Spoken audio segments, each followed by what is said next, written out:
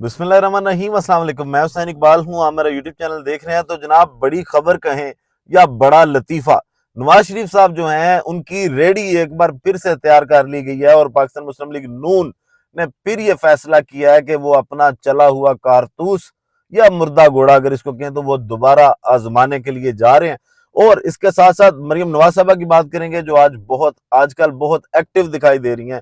لیکن کیا ان کی کارکردگی واقعی وہ ہے جو وہ لوگوں کو بتا رہی ہیں، اور وہ کیوں عمران خان بننے کی کوشش کر رہی ہیں؟ کیسے وہ عمران خان بن سکتی ہیں، یا کیا اب وہ لوگوں کی ذہن سازی کر سکتی ہیں، یا لوگ اس قدر بیوقوف ہیں کہ ان کی باتوں میں آئے؟ چوری جو ہے وہ ہم نے آپ کو بتائیں گے، جو مسلم لیگ نون کی چوریاں پکڑی، اور اب ایک بڑی خبر کے اعتراف کر لیے گئے ہیں کہ جناب الیکشن ہمیں مینج کر کے دیا گیا۔ وہ اعتراف کس نے کیا جناب؟ یہ ساری خبریں ہم اس اپنی ویڈیو کے اندر پوری کریں گے۔ تو جناب سب سے پہلے شروع کرتے ہیں کہ ایک لطیفہ ہی سمجھ لیں، آپ اس کو لطیفہ سمجھ کے سنیں، انجوائے کریں کہ جناب پاکستان مسلم لیگ نون نے ایک بار پھر سے یہ فیصلہ کیا کہ نواز شریف صاحب جو ہیں وہ سیاسی طور پہ ایکٹیو ہونے جا رہے ہیں۔ اب جناب یہ مذاق اس لیے میں اس کو کہہ رہا ہوں کہ یہ بات مذاق بن چکی ہے، کیونکہ جب سے 21 اکتوبر 2024 کو نواز شریف صاحب کو پاکستان میں بلایا گیا، ان کے کیسز معاف کروائے گئے، ایئرپورٹ پہ بایو میٹرک کروایا گیا، کبوتر اڑانے والا ایک جلسہ بڑا مشہور منار پاکستان پہ کروا کے دیا گیا، اس کے بعد نواز شریف صاحب جو ہیں وہ جھاگ کی طرح بیٹھ گئے۔ اب جناب پھر الیکشن سے پہلے بھی بار بار یہ خبریں آتی رہی کہ جناب نواز شریف صاحب کے جلسوں کا شیڈول جاری کر دیا گیا، لیکن نواز شریف صاحب کہتے تھے نہیں، میرے میں اتنی ہمت نہیں ہے۔ پھر وہ شیڈول تبدیل ہوا، پھر ایک بار دوبارہ سے خبر آئی کہ جناب نواز شریف صاحب اب سیاسی طور پہ ایکٹیو ہوں گے، اور وہاں سے بھی نواز شریف صاحب کو جو ہے وہ اپنا پلان تبدیل کرنا پڑا۔ تو 3-4 بار الیکشن سے پہلے نواز شریف صاحب سیاسی طور پہ ایکٹیو ہونے کی کوشش کی، لیکن ان کو سمجھ آ گئی تھی کہ لوگوں کی نبض پہ میرا ہاتھ نہیں ہے، عمران خان کا ہاتھ ہے۔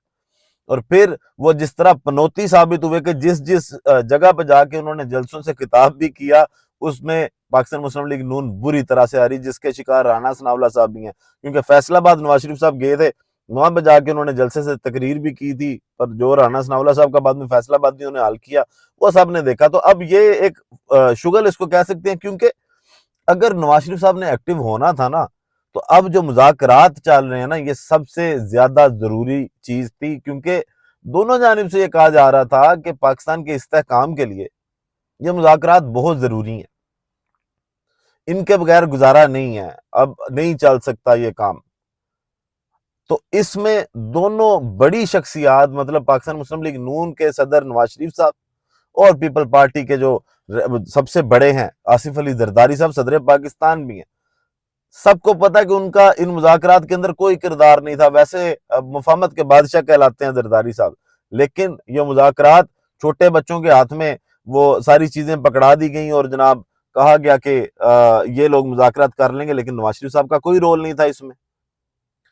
آصف علی زرداری صاحب کا بھی کوئی رول نہیں تھا اس نے۔ تو اب انہوں نے کیا سیاسی طور پہ ایکٹیو ہونا؟ وہ آتے ہیں، وہ اپنی بیٹی کی ٹریننگ کرتے ہیں انٹرنشپ کی، جو وہ ٹک ٹاک بنانے کے لیے سٹرگل کر رہی ہیں، اس میں وہ ان کا ساتھ دیتے ہیں، کبھی تندور کی دکان پہ جا کے روٹیاں کھا کے چیک کرتے ہیں تاکہ ان کی بیٹی کی ایک اچھی ویڈیو بن جائے۔ تو اس سے زیادہ نواز شریف صاحب جو ہیں وہ اب میرا نہیں خیال کہ ان کا کوئی کام رہ گیا۔ اب جناب اس کے ساتھ اگر دوسری بات کریں کہ باتیں پاکستان مسلم لیگ نون کرتی ہے، مذاکرات نہیں ہوتے جناب، یہ نہیں ہوتا، وہ نہیں ہوتا، لیکن آپ کس چیز پہ مذاکرات کریں گے؟ الیکشن